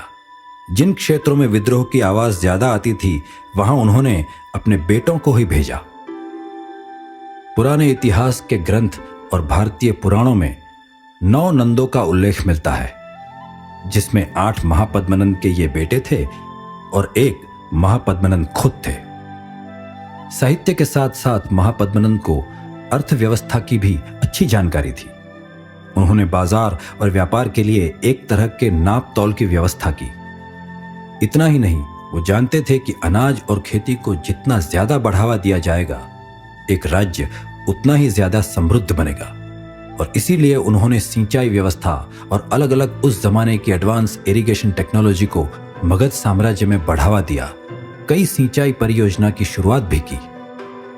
इसके साथ नियम, कानून, प्रशासन व्यवस्था को भी बहुत ज्यादा मजबूत बनाया गया ताकि अपराध ना बढ़े। वो जानते थे कि किसी भी राज्य की ताकत उसके सैन्य बल से होती है। इसलिए उन्होंने अमात्य और अपने मंत्रिमंडल के साथ सेनापतियों को आदेश दिया, मगध की सेना का विस्तार किया जाए। मगध की सेना से बड़ी सेना इस पूरे भारतवर्ष में कोई और ना हो, इस बात का ध्यान रखा जाए। हमारी सेना में 2 लाख पैदल सैनिक, 20,000 घुड़सवार, 2,000 रथ सवार सैनिक और कम से कम 3,000 हाथी सम्मिलित होने चाहिए। उनके आदेश पर ऐसा ही किया गया। उस दौरान मगध के पास सबसे बड़ी सेना थी। इतनी बड़ी सेना की कल्पना कर पाना भी किसी दूसरे जनपद या साम्राज्य के लिए नामुमकिन था। और इसी विशालकाय सेना के बल पर महापद्मानंद को उग्रसेन भी कहा जाता था। उग्रसेन का मतलब था एक ऐसा राजा जिसके पास बहुत बड़ी विशालकाय सेना हो। नंद वंश की शुरुआत बहुत अच्छी हुई थी। नंद वंश लगातार तरक्की कर रहा था। नंद वंश के परचम के नीचे मगध भी तरक्की कर रहा था। लेकिन कहते हैं ना कि हर योग्य राजा का बेटा योग्य ही हो, यह जरूरी तो नहीं। और भारत का इतिहास तो इस बात का गवाह है कि हर योग्य राजा के बेटे अक्सर उतने योग्य साबित नहीं हुए हैं। ऐसा ही नंद वंश के साथ भी हुआ। महापद्मानंद का बेटा धनानंद, जिसे सबसे काबिल मानते हुए मगध की गद्दी पर महापद्मानंद की मृत्यु के बाद बिठाया गया, उसने नंद वंश की छवि को बर्बाद कर दिया। 88 साल की उम्र में मगध में ही महापद्मानंद की मौत हो गई और उसके बाद धनानंद मगध का सम्राट बना। मगध अपने आप में एक शक्तिशाली साम्राज्य बन चुका था। महापद्मानंद अपने जीते जी बहुत बड़े भूभाग को जीतकर मगध की सीमा बढ़ा चुके थे। मगध की सीमा पश्चिम दिशा में पश्चिम बंगाल तक फैली हुई थी। उस समय आज के बिहार का एक क्षेत्र उस समय मिथिला महाजनपद कहलाता था। और नंद वंश से पहले शिशुनाग वंश और हर्यनक वंश ने अंग देश को तो जीत लिया था, लेकिन वो मिथिला को नहीं जीत पाए थे। पर महापद्मानंद ने मिथिला को भी जीतकर मगध में मिला लिया। ये महापद्मानंद की और नंद वंश की बहुत बड़ी उपलब्धि मानी गई थी। महापद्मानंद ने न सिर्फ कौशल के विद्रोह को दबाया, बल्कि आज के बरेली के आसपास का क्षेत्र, जो उस वक्त पांचाल महाजनपद कहलाता था, उसे भी जीतकर मगध में मिला लिया। फिर मिथिला पांचाल के बाद उन्होंने कुरु महाजनपद को भी जीत लिया। यह बहुत बड़े उत्सव की घड़ी थी नंद वंश के लिए, क्योंकि कुरु महाजनपद को जीतने का मतलब था कि व्यास नदी, जो कि कुरुक्षेत्र के बिल्कुल बगल से गुजरती थी, वहां तक मगध का पूरा अधिकार हो चुका था। शिशुनाग वंश के दौरान ही दक्षिण में अवंती को जीत लिया गया था। महापद्मानंद ने कलिंग को भी मदद में शामिल कर लिया था। इस तरह से मगध की सीमा बहुत ज्यादा फैल चुकी थी और नंद वंश की सैन्य शक्ति के सामने सब घुटने टेकने लगे थे। लेकिन महापद्मानंद की मृत्यु के बाद उनका सबसे आखिरी बेटा धनानंद मगध के सिंहासन पर बैठा। और धनानंद को अग्रमीज भी कहा जाता है क्योंकि वो बहुत ज्यादा घमंडी था। उस समय धनानंद के अधीन जो नंद वंश और मगध साम्राज्य था, उसके पास ना तो पैसे की कमी थी और ना ही सेना की कमी थी। इसलिए धनानंद बहुत ज्यादा घमंडी था। वो अपने आप को बहुत शक्तिशाली समझता था। धनानंद का मंत्री था शक्ताल और उसका प्रमुख सेनापति था भद्रसाल। और धनानंद को अग्रमीज के साथ साथ अग्रसेन के नाम से भी जाना जाता है। धनानंद के शासन के दौरान ही सिकंदर भारत में आ चुका था। सिकंदर महान, अलेक्जेंडर द ग्रेट, जो विश्व विजेता है, एक महान सेनानायक, एक योग्य लीडर और योग्य वक्ता, जो कभी किसी से हारा नहीं, भारत की तरफ आ रहा है, मगध की सीमा की तरफ आ रहा है। धनानंद तो अपने गुरूर, राजपाट और धन के लालच में डूबा हुआ था। उसने जानते हुए भी सिकंदर को नजरअंदाज करना शुरू किया। उसे ऐसा लगता था कि मगध की सेना इतनी सक्षम है कि वो सिकंदर को हरा लेगी। सिकंदर ईरान और फारस को जीतकर सिंध के करीब तक आ चुका है। सिंधु नदी के उस पार सिकंदर पहुंच चुका है। हमें जल्दी कुछ करना होगा। भले ही अपने सेनापति और अमात्य की बात को धनानंद ने नजरअंदाज कर लिया, लेकिन सिकंदर ने जैसे ही ईरान पर जीत हासिल की और उसके कदम सिंधु नदी की तरफ पहुंचे, तक्षशिला में भी हलचल मच गई। चाणक्य ने तक्षशिला में विद्वानों की मीटिंग बुलाई। सिकंदर महान सिंधु नदी तक पहुंच चुका है। जल्दी उसके कदम मगध की सीमा की तरफ आने लगेंगे। हमें उसे रोकना होगा। भारतवर्ष खतरे में है। मैं चाहता हूं कि विद्वानों की सभा में भारत की भूमि पर हो रहे इस आक्रमण के उपाय पर चर्चा की जाए। पूरे तक्षशिला में, बल्कि पूरे भारतवर्ष में सबसे बड़े विद्वान तो आप ही हैं चाणक्य। निर्णय आप लीजिए। हम सब आपसे सहमत हैं। अगर हम भारतवर्ष की भूमि को सिकंदर के आक्रमण से, सिकंदर के कब्जे में आने से बचाना चाहते हैं, तो हमें अखंड भारत का निर्माण करना होगा। अखंड भारत? लेकिन विद्वान चाणक्य, हम ऐसा कैसे कर सकते हैं? यह सिर्फ मगध के नेतृत्व में पूरा हो सकता है। और इस वक्त मगध के शासक हैं नंद वंश के महाराज धनानंद। लेकिन क्या धनानंद हमारी बात मानेगा? वो तो बहुत घमंडी और लालची है। अगर चाणक्य खुद संदेश लेकर धनानंद के पास जाएंगे और उन्हें अपनी बातों से समझाने की कोशिश करेंगे, तो वह जरूर मान जाएगा। तक्षशिला की परिषद में हुई इस बैठक के बाद चाणक्य धनानंद के पास गए। धनानंद बहुत घमंडी था। अपने सामने विद्वानों को भी कोई महत्व नहीं देता था। वो महापद्मानंद से बिल्कुल विपरीत शासक था। उसने 2 दिन तक तो चाणक्य से मिलने से इनकार कर दिया। चाणक्य को पूरे 2 दिन इंतजार करवाया गया। उसके बाद आखिरकार धनानंद और चाणक्य की मुलाकात हुई। इस बात से चाणक्य भी नाराज थे। सिकंदर महान ईरान पर कब्जा कर चुका है और वो सिंधु नदी की ओर आगे बढ़ रहा है। उसने विश्व विजय की प्रतिज्ञा ली है। वो पूरे भारतवर्ष को जीतकर अपना गुलाम बना लेगा। इसीलिए मैं आपके पास आया हूं। लेकिन इस विषय पर चाणक्य, आपकी मगध के सम्राट धनानंद और मगध कैसे मदद कर सकता है? इस समय सम्राट धनानंद ही भारत की सुरक्षा कर सकते हैं। सिकंदर के आक्रमण से भारत को बचा सकते हैं। कैसे? मगध और नंद वंश इस समय पूरे भारतवर्ष का सबसे शक्तिशाली राज्य है। नंद वंश के पास ना तो धन की कमी है, ना तो सेना की। अगर भारतवर्ष के जितने भी जनपद और गणतंत्र हैं, उन सबको आपके नेतृत्व में नंद वंश के झंडे के तले, मगध के झंडे के तले एकजुट कर दिया जाए, एक अखंड भारत का निर्माण किया जाए, तो इस अखंड भारत के जरिए हम सिकंदर की सेना से लड़ सकते हैं। उसे सिंधु नदी के उस पार ही वापस भेज सकते हैं। चाणक्य ने अखंड भारत का एक नक्शा भी धनानंद के सामने पेश किया। धनानंद ने वो नक्शा अपने हाथ में लिया और उसे फाड़कर फेंक दिया और एक अजीब सी मुस्कान के साथ चाणक्य से कहा, विद्वान चाणक्य, अगर आप इस नक्शे को जोड़ दें अभी इसी वक्त, तो मैं भी अखंड भारत के निर्माण के लिए मान जाऊंगा। मैं पूरे भारत के लिए एक साथ सिकंदर से लड़ लूंगा। फटे हुए नक्शे को तुरंत जोड़ना संभव नहीं है, और आप कैसे अखंड भारत के इस नक्शे को इस तरह अपने राज दरबार में फाड़ सकते हैं? आप मेरा अपमान कर रहे हैं। अपमान की परिभाषा आपको समझ आती है, फिर भी इतनी देर से आप हमसे बहस कर रहे हैं। अगर सिकंदर भारत में आया तो मगध की सीमा में नंद वंश की सेना उसका मुकाबला कर लेगी। हमें अखंड भारत से क्या लेना देना? वैसे भी ये छोटे छोटे गणतंत्र और जनपद मगध की मदद नहीं कर सकते। चाणक्य का बहुत ज्यादा अपमान किया गया, उन्हें अपशब्द कहे गए। फिर भी वो धनानंद को समझाने की कोशिश करते रहे, पर धनानंद नहीं माना। और ऐसे में चाणक्य, जो बहुत बड़े विद्वान थे, उन्हें भी गुस्सा आ गया, और उन्होंने गुस्से में धनानंद के राज दरबार में ही एक कसम ली। धनानंद, याद रखना, आज तुमने मेरा अपमान किया है, और मैं तुम्हारे राज दरबार में कसम लेता हूं कि तुम्हारे मदद के बिना ही मैं अखंड भारत का निर्माण करूंगा। बेकार में अपना समय व्यर्थ मत गंवाओ विद्वान। जाओ, तक्षशिला जाओ, विद्यार्थियों को शिक्षा दो। यह राजनीति तुम्हारे बस की नहीं है।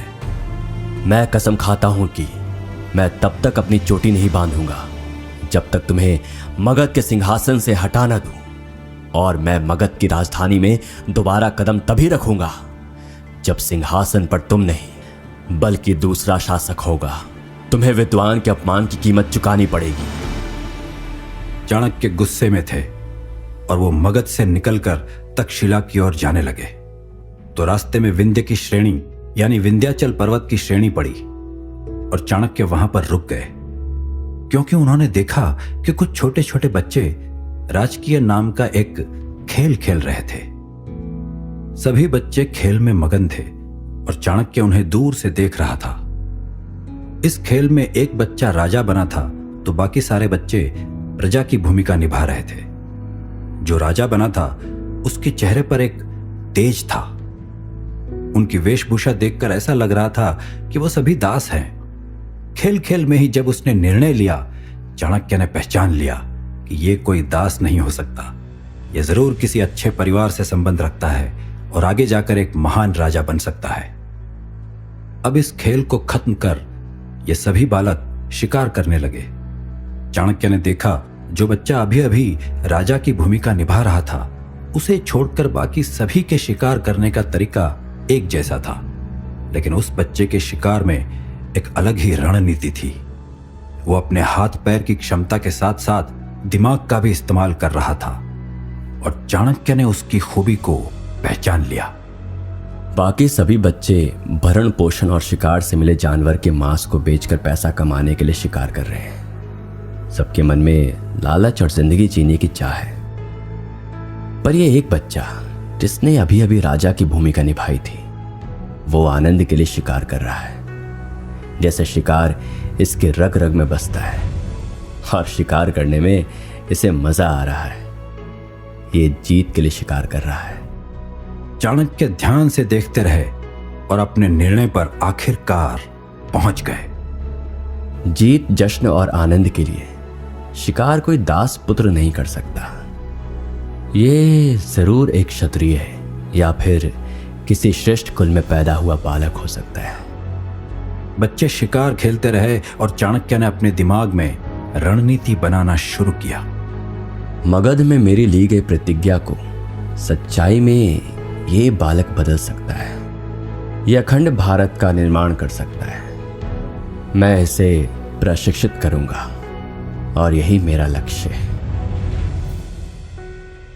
चाणक्य ने प्रतिज्ञा ले ली थी, चाणक्य ने अपनी योजना बना ली थी, लेकिन धनानंद अपने अभिमान में आराम से मगध के सिंहासन में बैठा हुआ था। उसे किसी बात से कोई फर्क नहीं पड़ रहा था। चाणक्य छोटे से बच्चे के सहारे अखंड भारत निर्माण का ख्वाब देख चुके थे। वो बच्चा एक गाय चराने वाले गोपालक जैसे बिल्कुल आम से नागरिक का बेटा था। बताया जाता है कि चाणक्य ने उस बच्चे को 1000 कर्षापण में खरीद लिया। उस समय दास, जो बहुत ही निम्न स्तर के लोग हुआ करते थे, उनके पास जिंदगी बिताने के इतने अच्छे साधन मौजूद नहीं थे। इसलिए कुछ इस तरह कुछ पैसों में वो दूसरों के गुलाम बन जाया करते थे। और इसीलिए चंद्रगुप्त मौर्य के पिता ने गुरु चाणक्य को अपना बेटा सौंप दिया और चंद्रगुप्त मौर्य चाणक्य के साथ तक्षशिला की ओर चले गए, जहां चाणक्य की देखरेख में उनकी शिक्षा दीक्षा पूरी होने वाली थी। चंद्रगुप्त मौर्य स्वभाव से ही बहुत ज्यादा चंचल और तेज बालक था। उसने चलते चलते चाणक्य से बहुत से सवाल पूछे। आचार्य, हम कहाँ जा रहे हैं? तक्षशिला। क्यों? वहां क्या होगा? तुम्हारी शिक्षा, तुम्हें सैन्य शिक्षा और राजनीति की शिक्षा दी जाएगी। शिक्षा आप देंगे? अगर आप ही मेरे गुरु हैं तो वो तो हम यहीं पर कर सकते हैं। हमें तक्षशिला जाने की क्या जरूरत है? तक्षशिला का महत्व क्या है? तुमने तक्षशिला का नाम पहले सुना है? तुम जानते भी हो वहां से किन किन विद्वानों ने शिक्षा हासिल की है? पारिणी, भतपंश, राजा प्रसेनजीत, चरक, जीवक और मैं कौटिल्य यानी चाणक्य। चाणक्य चंद्रगुप्त मौर्य को तक्षशिला ले गए। बचपन से ही चंद्रगुप्त मौर्य के दिमाग में दो बातें डाल दी गई। पहला, उसे धननंद का विनाश करना है और दूसरा कि उसे मगध पर जीत हासिल करनी है। इधर चाणक्य चंद्रगुप्त मौर्य को धननंद का विनाश करने और मगध में जीत हासिल करने की शिक्षा देते हुए योग्य बनाने की कोशिश में लगा हुआ था। जब चाणक्य से चंद्रगुप्त मौर्य की पहली बार मुलाकात हुई थी, वो करीब 13 से 14 वर्ष का था। चाणक्य ने 2-3 साल तक उन्हें तक्षशिला में रखकर हर तरह की शिक्षा दी। तक्षशिला के अलग अलग विद्वानों से चंद्रगुप्त मौर्य ने हर तरह की शिक्षा हासिल की। वहीं चाणक्य की इस योजना से अनजान धननंद अपने ही घमंड में था। उसे सिकंदर के आक्रमण की ना तो परवाह थी और ना ही चाणक्य का वो वचन याद था जो उन्होंने उनके ही राज दरबार में लिया था। ग्रीक हिस्टोरियन डायोडोरस ने 1st सेंचुरी BC में अपनी किताब में नंदा डायनेस्टी और धननंद के बारे में कुछ बातें लिखी है। उसके हिसाब से अलेक्जेंडर द ग्रेट ने सबसे पहले सिंधु नदी के आसपास, जो आज का पंजाब है, उस क्षेत्र पर अटैक किया जहां उस वक्त पोरस राज किया करते थे। धननंद को अपनी सेना, अपने सेनापति भद्रसाल और अपनी शक्तियों पर पूरा भरोसा था और उसे पता था कि अगर सिकंदर की सेना को मगध तक आना है तो उससे पहले उन्हें व्यास नदी को पार करना होगा और वहां पोरस का राज्य था। पोरस को हराना भी इतना आसान नहीं था। सिकंदर को इसमें वक्त लगने वाला था और यह सोचकर धननंद आराम से बैठा था। उसे अपने सैन्य बल पर पूरा भरोसा था। सिकंदर ने 327 BC में भारत पर पहली बार अटैक किया था, जब भारत के पंजाब वाले क्षेत्र में महाराज पोरस राज्य कर रहे थे। उन्होंने सिकंदर की सेना को कड़ी टक्कर दी। उनके पास भी हजारों हाथी, घुड़सवार, पैदल और संयुक्त सिपाहियों की बहुत बड़ी सेना थी। हाथियों की इस बड़ी सेना को देखकर कहीं ना कहीं सिकंदर के सैनिकों का मनोबल कमजोर पड़ रहा था। भले ही इतिहासकार ये मानते हैं कि पोरस को सिकंदर ने हरा दिया और वहां पर सिकंदर ने अपने अधीनस्थ बहुत से दूसरे राजा जैसे फिलिप II और यूरिडेमस को गद्दी पर बिठाया, लेकिन सिकंदर के सैनिक आगे मगध तक जाने की हिम्मत नहीं कर पा रहे थे, क्योंकि सैनिकों ने यह सुन रखा था कि व्यास नदी के उस पार, जहां से मगध की सीमा शुरू होती है, वहां पर मगध के पास इससे भी ज्यादा हाथियों की सेना है। हाथियों से लड़ने का अभ्यास सिकंदर के सैनिकों को बिल्कुल नहीं था। उन्हें उनकी आदत ही नहीं थी। सिकंदर के पास में मैसेडोनिया और यवन के बहुत से सैनिक थे। सिकंदर कोशिश कर रहा था नदी पार कर मगध की सीमा के पास पहुंचने की, लेकिन सिकंदर के एक सेनापति कोहिनास ने सिकंदर से बहुत बड़ी बात कह दी और कोहिनास की कही वो बात सिकंदर के कदम वापस यूनान की तरफ ले गई। सिकंदर महान, माफ करिए, आपके खिलाफ कुछ कहने जा रहा हूं। हम इस वक्त मगध की तरफ आगे नहीं बढ़ सकते क्योंकि हमारी सेना थक चुकी है। सेना हाथियों के इस सैन्य बल से डर रही है और सभी को पता है कि पोरस के पास हाथियों का जितना सैन्य बल था, मगध के पास इससे भी ज्यादा है। ऐसे में सेना का मनोबल टूट रहा है और साथ ही बहुत वक्त हो चुका है। सबको अपना घर छोड़कर इस तरह विजय अभियान में निकले हुए। धीरे धीरे हमारे कई सैनिक मारे गए हैं और अब सब अपना मनोबल वापस बढ़ाने खुद को इंस्पायर करने वापस अपने देश जाना चाहते हैं। सिकंदर पहले तो कोहिनास की बात सुनकर बहुत नाराज हुआ। उसने गुस्सा दिखाया। उसने अपनी सेना को प्रोत्साहित करने की कोशिश भी की। धर्म, राजनीतिक और वीरता को ध्यान में रखते हुए हमारी सेना का इस तरह से वापस लौटना उचित नहीं है। हमने कसम ली थी कि हम विश्व विजय करके लौटेंगे और गंगा नदी जो आगे जाकर सागर में मिल जाती है, अगर वहां तक के क्षेत्र को हमने जीत लिया तो हम विश्व विजेता कहलाएंगे और हम यहीं से वापस लौट रहे हैं। यह ठीक नहीं है। लेकिन फिर भी सिकंदर की सेना नहीं मानी और सिकंदर को वापस लौटना पड़ा। सिकंदर के वापस लौटने की खबर पाटलिपुत्र तक पहुंच चुकी थी। सम्राट सिकंदर महान, जो पोरस को जीतने के बाद व्यास नदी को पार कर मगध की सीमा के करीब पहुंचने वाला था, उसकी सेना और उसके बीच पता नहीं क्या बातचीत हुई थी। अब सिकंदर वापस लौटना चाहता है। अलेक्जेंडर द ग्रेट का डर शायद जल्दी खत्म हो जाएगा। भद्रसाल, तो ये बात मुझे नहीं, जाकर उस मूर्ख विद्वान चाणक्य को बताओ, जो सिकंदर के डर से अखंड भारत की परिकल्पना लेकर हमारे राज दरबार पर आया था और अपमानित होकर वापस चला गया। जिसने सिकंदर का डर मेरे दिमाग में डालने की कोशिश की थी पर खुद भयभीत होकर वापस लौट गया। इधर धनानंद सिकंदर के लौटने की खुशी मना रहा था और वो अपने राज्य में अय्याशियों में डूबा हुआ था। उसे अपनी सेना का गुरूर कुछ सोचने ही नहीं दे रहा था। वहीं दूसरी ओर चाणक्य सिकंदर के लौटने से पहले सिकंदर से चंद्रगुप्त की मुलाकात कराने की योजना बना रहे थे। चंद्रगुप्त, तुमने तक्षशिला में अपनी शिक्षा हासिल कर ली, लेकिन अब तुम्हें एक सेना की जरूरत होगी। तभी तुम धनानंद को हराकर मगध की गद्दी पर अपना हक स्थापित कर सकते हो। सेना के लिए मैंने कुछ गुप्त धन जमा कर रखा है, पर इतना धन काफी नहीं होगा। हमें एक बड़ी सेना को अपने साथ मिलाना होगा और इसके लिए मुझे लगता है हमें सिकंदर महान से मदद लेनी होगी। एरियन नाम के एक राइटर ने अपनी किताब में इस बात का जिक्र भी किया है। इसके हिसाब से चंद्रगुप्त मौर्य जब 16 साल का था, वो सिंधु नदी के किनारे डेरा लगाए सिकंदर की फौज के पास मगध के खिलाफ मदद मांगने गया था। मुझे मगध के खिलाफ आपके सैन्य बल की मदद चाहिए। भारतवर्ष का ही एक नागरिक होते हुए तुम मुझसे मगध के खिलाफ मदद मांग रहे हो। यूनान के सेना की मदद मगध के खिलाफ मांग रहे हो। मैं तुम पर कैसे भरोसा करूं? मुझे खुद पर भरोसा है। मैंने भी कुछ सैन्य बल इकट्ठा कर रखा है, लेकिन मगध की सेना बहुत बड़ी है, इसलिए मुझे आपसे मदद चाहिए। मुझे उम्मीद है कि आप मेरी मदद के लिए तैयार हो जाएंगे, क्योंकि आगे मैं आपके काम आ सकता हूं। चंद्रगुप्त मौर्य की आयु बहुत ज्यादा नहीं थी। वो सिकंदर से आधी उम्र का था और बहुत गुरूर के साथ सिकंदर से मदद मांग रहा था। सिकंदर को चंद्रगुप्त मौर्य के बात करने का यह अंदाज कुछ खास पसंद नहीं आया और वैसे भी उसकी सेना का मनोबल भी कम हो रहा था। इसलिए सिकंदर ने चंद्रगुप्त मौर्य की मदद करने से इनकार कर दिया।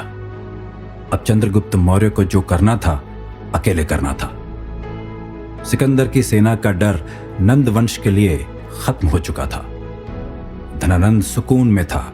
चाणक्य और चंद्रगुप्त आगे की योजना पर लगे हुए थे। एरियन की उस किताब के मुताबिक जब चंद्रगुप्त मौर्य सिकंदर से इनकार सुनकर वापस चाणक्य के पास आया, तो चाणक्य ने चंद्रगुप्त मौर्य की हिम्मत को वापस बांधना शुरू किया। उसे राजनीति का एक बहुत ही जरूरी सबक सिखाया। चंद्र, याद रखना, एक राजा में शेर और भेड़िए दोनों का गुण होना चाहिए। अगर किसी राजा में इन दोनों में से एक भी गुण नहीं है तो वो श्रेष्ठ सम्राट नहीं बन सकता। फिर अब अगली योजना क्या होगी गुरुदेव? आप ही बताइए। सैन्य बल इकट्ठा करने के लिए मुद्रा कोष की जरूरत होती है। चंद्र, मुझे इस समय का अनुमान था, इसीलिए मैंने कुछ धन बचा कर रखा है। हम उससे कुछ सेना इकट्ठी कर सकते हैं। आपके पास धन आपने कभी बताया नहीं। कौटिल्य यानी चाणक्य चंद्रगुप्त मौर्य को बिना जवाब दिए चुपचाप रात के अंधेरे में बिंद के जंगलों में आए हैं, जो मगध की सीमा के आसपास ही था, और वहां आकर उन्होंने अपना गढ़ा हुआ गुप्त खजाना निकाला। उस समय जब चाणक्य ने उस मुद्रा को गुप्त धन के रूप में छुपाया था, उसकी कीमत 1 कर्षापण की थी, लेकिन वक्त बीतने के साथ मुद्रा की कीमत में इजाफा हुआ और अब चाणक्य का वो गुप्त धन 8 कर्षापण में बदल चुका था। चाणक्य ने उस धन से सेना का निर्माण किया और उसे लेकर वो तक्षशिला चले गए। चाणक्य के कहने पर अपनी सेना के साथ तक्षशिला से चंद्रगुप्त मौर्य ने सीधे मगध पर आक्रमण किया। उस समय मगध पर नंदवंश यानी कि धनानंद का शासन था। चंद्रगुप्त मौर्य को इस दिन की शुरुआत से ही प्रतीक्षा थी और चाणक्य भी इसी दिन के इंतजार में था। चंद्रगुप्त मौर्य के आक्रमण की खबर तो धनानंद तक भी पहुंच चुकी थी। सम्राट, कौटिल्य के उस शिष्य चंद्रगुप्त मौर्य ने सेना इकट्ठी कर मगध पर सीधे हमला बोल दिया है। हमें उस पर जवाबी हमला करना होगा। आपकी आज्ञा की प्रतीक्षा है। वैसे मानना पड़ेगा कौटिल्य को और उसके उस शिष्य चंद्रगुप्त मौर्य को, जो सीधे मगध की राजधानी और मगध पर धावा बोलने की हिम्मत जुटा बैठे हैं। आप बस अनुमति दीजिए, आपको कुछ करने की जरूरत नहीं है। आपका यह सेनापति भद्रसाल पूरी स्थिति संभाल लेगा। हमारी सेना के सामने उस बच्चे की सेना का कोई मोल नहीं। मुझे भद्रसाल पर और अपनी महान सेना पर पूरा भरोसा है। यह उग्रसेन की बनाई हुई सेना है, इसके सामने कोई टिक नहीं सकता। जवाबी हमले की अनुमति है भद्रसाल। जाओ और उस बेवकूफ बच्चे को बताओ कि वो किससे टक्कर लेने की हिम्मत कर रहा है। जो आज्ञा सम्राट। जल्दी मैं जीत की खबर लेकर पाटलिपुत्र वापस लौटूंगा। भद्रसाल सेना की बड़ी टुकड़ी के साथ चंद्रगुप्त मौर्य की सेना के साथ लड़ने निकल पड़ा। चाणक्य अभी भी तक्षशिला में ही मौजूद थे। चंद्रगुप्त अकेले अपनी सेना के साथ लड़ने आया था और भद्रसाल के साथ लड़ते हुए चाणक्य और चंद्रगुप्त की सेना मगध की सेना के सामने टिक नहीं पाई और चंद्रगुप्त मौर्य पहली बार में हार गया। न सिर्फ हारा, बल्कि चंद्रगुप्त मौर्य की जान संकट में भी आ गई थी। उसे छिपना पड़ा। इतिहासकार इसे एक बेहद रोचक किस्से के जरिए बताते हैं। चंद्रगुप्त मौर्य धनानंद और भद्रसाल की सेना से बचते बचाते मगध की ही एक झोपड़ी में छिप गया। झोपड़ी में एक मां और एक बच्चा था। चंद्रगुप्त मौर्य बिना किसी को तंग किए चुपचाप छिपकर अपनी जान बचाने की कोशिश कर रहा था। वो मां अपने बच्चे के लिए रोटी बना रही थी। रोटी सेकने के तुरंत बाद में एक छोटे से बर्तन में रोटी रखकर वो मां बच्चे के सामने चली गई। चलो बेटा, ये रोटी खा लो। रोटी गर्म थी। बच्चे ने रोटी के बीचों बीच उंगली डाली और भाप ऊपर की तरफ आया। बच्चे की उंगलियां जलने लगी। उसने हाथ खींच लिया और वो रोने लगा। मां वापस दौड़ती हुई चूल्हा छोड़कर उस बच्चे के पास आई। उसने बच्चे को गोद में लिया और किनारे से रोटी का एक छोटा टुकड़ा तोड़ा। मां की उंगलियां नहीं जली। उसने बच्चे के मुंह में निवाला डाला और उसे समझाते हुए कहा, तुम भी चाणक्य की तरह गलती कर रहे हो। केंद्र पर हमला करोगे तो उंगलियां तो तुम्हारी ही चलेगी ना। सही तरीका ये है। बच्चा अपनी मां की बात समझ नहीं पाया। वो हैरानी से अपनी मां की ओर देखने लगा। चंद्रगुप्त मौर्य ने भी चाणक्य का नाम सुनते ही छिपकर उसकी तरफ देखा और उसकी बातों को बड़े ध्यान से सुनता रहा। बेटा, चाणक्य ने भी यही तो गलती की। जैसे तुमने रोटी के बीचों बीच अपनी उंगली डाल दी और पूरी शक्ति भाप के रूप में बीच में ही रहती थी, तो तुम्हारी उंगलियां जल गई। वैसे ही चाणक्य ने सीधे मगध के केंद्र में हमला किया, पाटलिपुत्र में हमला किया।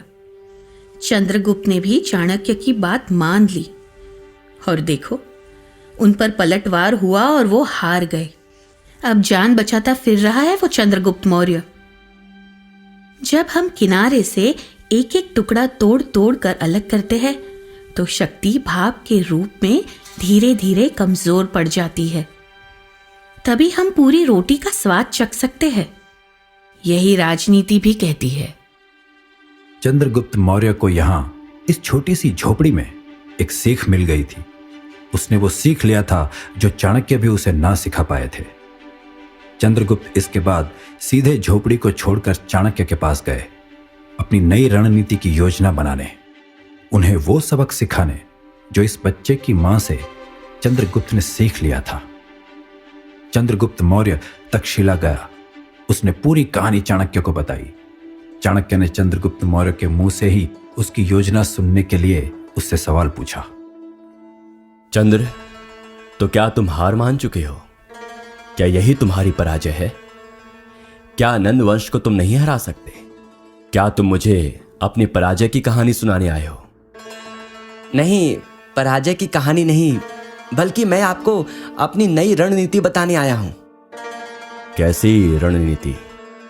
मैं दोबारा से मगध पर आक्रमण करूंगा, लेकिन इस बार मगध की सीमा से जुड़े छोटे छोटे गणतंत्र को जीतने की कोशिश करूंगा और धीरे धीरे मगध की जमीनों को जीतता जाऊंगा और मगध अपने आप कम शक्तिशाली होता जाएगा।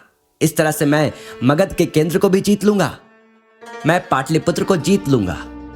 322 बीसी में चंद्रगुप्त मौर्य ने धीरे धीरे फिर पूरे मगध पर भी आक्रमण किया और धनानंद को उन्होंने हरा दिया। इसके बाद उसे सिंहासन से हटाकर चंद्रगुप्त मौर्य मगध का राजा बना। यहीं से नंद वंश का अंत हो गया और मौर्य वंश की शुरुआत हुई। कहा यह भी जाता है कि चंद्रगुप्त मौर्य की मां मोर पाला करती थी, इसलिए अपनी मां को याद करते हुए चंद्रगुप्त मौर्य ने अपने राज्य वंश का चिन्ह मोर को रखा और इसीलिए इस राजवंश को मौर्य वंश भी कहा गया। चाणक्य के अपमान का बदला पूरा हो चुका था। चाणक्य बेहद खुश थे। चंद्रगुप्त मौर्य चक्रवर्ती सम्राट बन गया। वैसे चंद्रगुप्त मौर्य की उपलब्धियों की तरफ नजर डाली जाए तो इसने मगध की सीमा में विस्तार नहीं किया। मगध की सीमा में विस्तार शिशुनाग वंश और नंद वंश पहले ही कर चुके थे, जिसका ज्यादातर से श्रेय शिशुनाग वंश और फिर महापद्मनंद को जाता है। चंद्रगुप्त मौर्य ने सिर्फ इस राज्य को संभालने का काम किया। वो चक्रवर्ती सम्राट बना क्योंकि उसने बड़े राज्य को हराकर उसे जीत लिया था। इस तरह नंद वंश खत्म हो गया। महापद्मनंद ने जिस वंश की शुरुआत अपनी काबिलियत के दम पर की थी, धनानंद के अभिमान और गुरूर ने उस वंश को खत्म कर दिया। कहानी की शुरुआत हमने महापद्मनंद से की थी, जिन्होंने शिशुनाग वंश को हराकर नंद वंश की नींव रखी थी। उसके बाद महापद्मनंद की मृत्यु के बाद नंद वंश की गद्दी पर बैठे धनानंद, जिनके गुरूर ने महापद्मनंद की मेहनत को बर्बाद कर दिया। और एक बार फिर इतिहास दोहराया गया। जैसे शिशुनाग वंश को खत्म कर नंद वंश की शुरुआत हुई थी, वैसे ही नंद वंश को खत्म कर मौर्य वंश की शुरुआत हुई। उस मौर्य वंश की शुरुआत हुई जिसे भारत के इतिहास में सबसे शक्तिशाली वंश माना जाता है। महापद्मनंद की बात करें तो महापद्मनंद क्षत्रियों के विनाश की शपथ ले चुके थे और इसीलिए उन्हें भारतवर्ष का दूसरा परशुराम भी कहा जाता है। अगर आप परशुराम की कहानी से परिचित हैं तो आपने यह जरूर सुना होगा कि परशुराम, जिन्हें विष्णु का अवतार भी कहा जाता है, उनका क्रोध बहुत तेज था और अपनी मां के अपमान का बदला लेने के लिए उन्होंने क्षत्रियों का विनाश करने की कसम खाई थी और कई हजार क्षत्रियों को चुन चुन कर अपने फरसे से मार गिराया था। ऐसी ही कसम महापद्मनंद ने भी उठाई थी। वो भी क्षत्रियों का समूल विनाश करना चाहते थे। इसके पीछे कारण था शूद्रों की अवहेलना। इतिहास में बताया जाता है कि शूद्रों को दास की तरह रखा जाता था। क्षत्रिय राज्य करते थे, पुरोहित यानी ब्राह्मण कर्मकांड करते थे, वैश्य व्यापार करते थे और शूद्र सबकी सेवा करते थे। चाहे शूद्र कितना भी योग्य क्यों न हो, उसे किसी और वर्ण व्यवस्था में जाकर उसका कार्य करने की अनुमति नहीं थी। उनकी नियति में सिर्फ दास बनना तय था। क्योंकि महापद्मनंद एक शूद्र थे, एक नाई के बेटे थे, इसलिए योग्य होने के कारण उनसे उनका जो अधिकार छीना जाता था, इसलिए वो क्षत्रियों से नफरत करते थे। क्षत्रियों से नफरत के पीछे उनकी जन्म से जुड़ी कहानियों का भी उल्लेख मिलता है। महापद्मनंद के जन्म को लेकर दो अलग अलग तरह की कहानी इतिहास में प्रचलित है।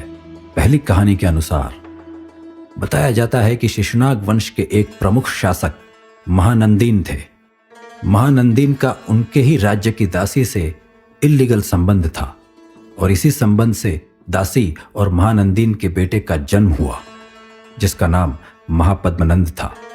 दासी पुत्र होने के कारण क्षत्रियों का खून होने के बावजूद भी महापद्मनंद को सम्मान नहीं मिलता था। उनसे नाइयों की तरह ही व्यवहार किया जाता था। उन्हें दास पुत्र कहा जाता था। इस बात से वो अपने ही पिता और अपने ही सौतेले भाई कालाशोक से चिढ़ते थे। कालाशोक को इस सत्य की जानकारी नहीं थी, इसीलिए उसने कालाशोक की पत्नी महिषी आनंदी को अपने जाल में फंसाया और कालाशोक का भरोसा जीतकर उसे धोखा दिया। कहा जा सकता है कि अपनी मां और अपने जन्म के अपमान का बदला लेने के लिए उन्होंने अपने सौतेली भाई को मार दिया और अपनी मां की जाति का सम्मान करते हुए शूद्र वंश के सबसे पहले साम्राज्य की स्थापना की, जिसे हम नंद वंश के नाम से जानते हैं।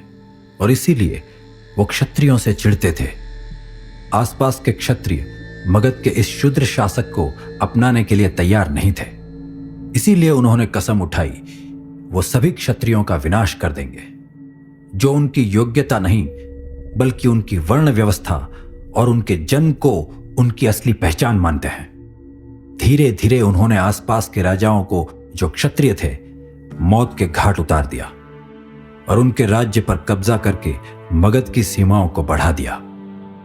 कहा जाता है कि अक्सर इतिहास दोहराया जाता है, जो किया जाता है उसका फल जल्द ही सामने आ जाता है। महापद्मनंद ने धोखे से कालाशोक की हत्या की थी। उनके सभी बेटों को भी महापद्मनंद ने मार गिराया था। साथ ही सभी क्षत्रिय सेनापति की भी हत्या कर दी थी।